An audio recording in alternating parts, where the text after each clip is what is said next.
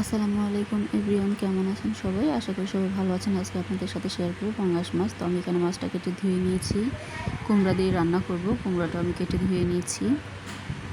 এখানে নিয়েছি 4টে কাঁচামরিচ, এখানে মশলা নিয়েছি হলুদ, মরিচ, ধনে এবং জিরে গুঁড়ো, স্বাদমতো লবণ, পেঁয়াজ, আদা বাটা, রসুন বাটা। এখানে আমি হলুদ, মরিচ, লবণ দিয়ে মাছটাকে মাখিয়ে নিব।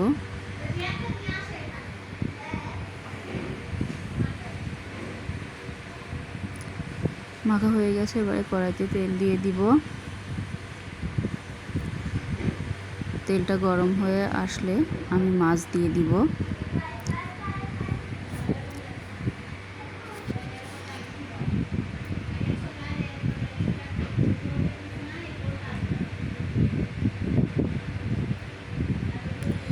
একটু উল্টে পাল্টে দিব মাছটাকে।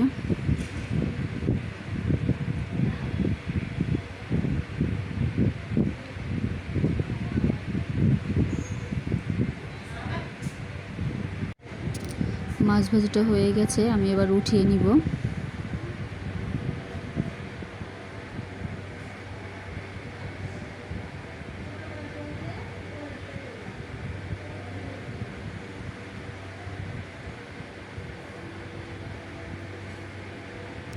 আমি মাছগুলোকে উঠিয়ে সাইডে রেখে দিয়েছি। এবারে একই তেলে রান্না করব। আমি কিছু আস্ত জিরে প্রথমে দিয়ে দিয়েছি তেলে, এরপরে বাটা এবং গুঁড়ো মশলা সব একসাথে দিয়ে দিব।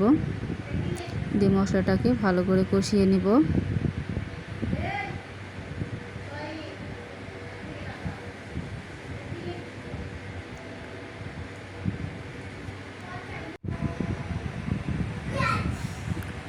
আমি এ পর্যায়ে সামান্য পানি দিব যেন মশলাটা পুড়ে না যায়।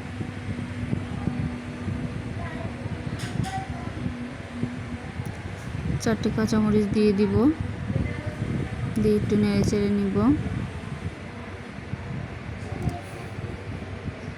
এ পর্যায়ে আমি কেটে রাখা কুমড়োগুলো দিয়ে দিব, দিয়ে কষিয়ে নিব ভালো করে।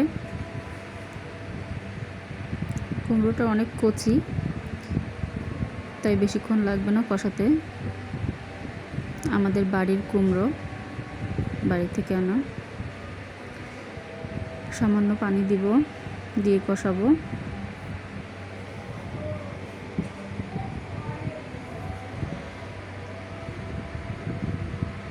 বাড়ির সবজি খাওয়ার মজাটাই আলাদা।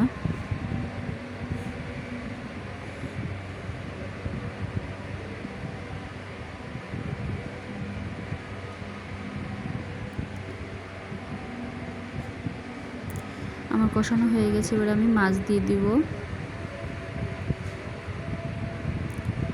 মাছ দিয়ে আমি 1 মিনিট মতো কষিয়ে নেব যেন মাছের মধ্যে মশলাটা ঢুকে।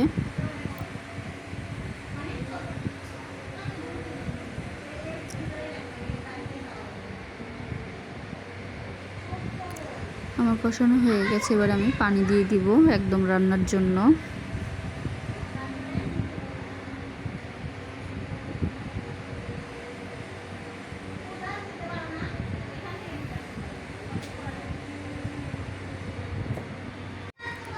পানি দিয়ে দিয়েছি, একটু নেড়ে চেড়ে দিব।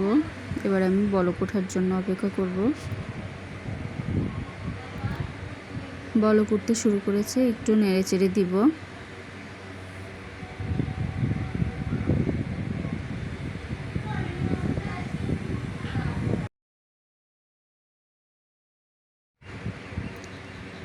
তরকারিটা হয়ে গেছে, আমি চুলো বন্ধ করে দিব। চুলো বন্ধ করে দিয়েছি, এবার আমি নামিয়ে নিব তরকারিটা। নামিয়ে নিয়েছি। ভিডিওটি কেমন লাগলো অবশ্যই কমেন্টে জানাবেন। ভালো থাকবেন সবাই, সুস্থ থাকবেন। আল্লাহ হাফেজ।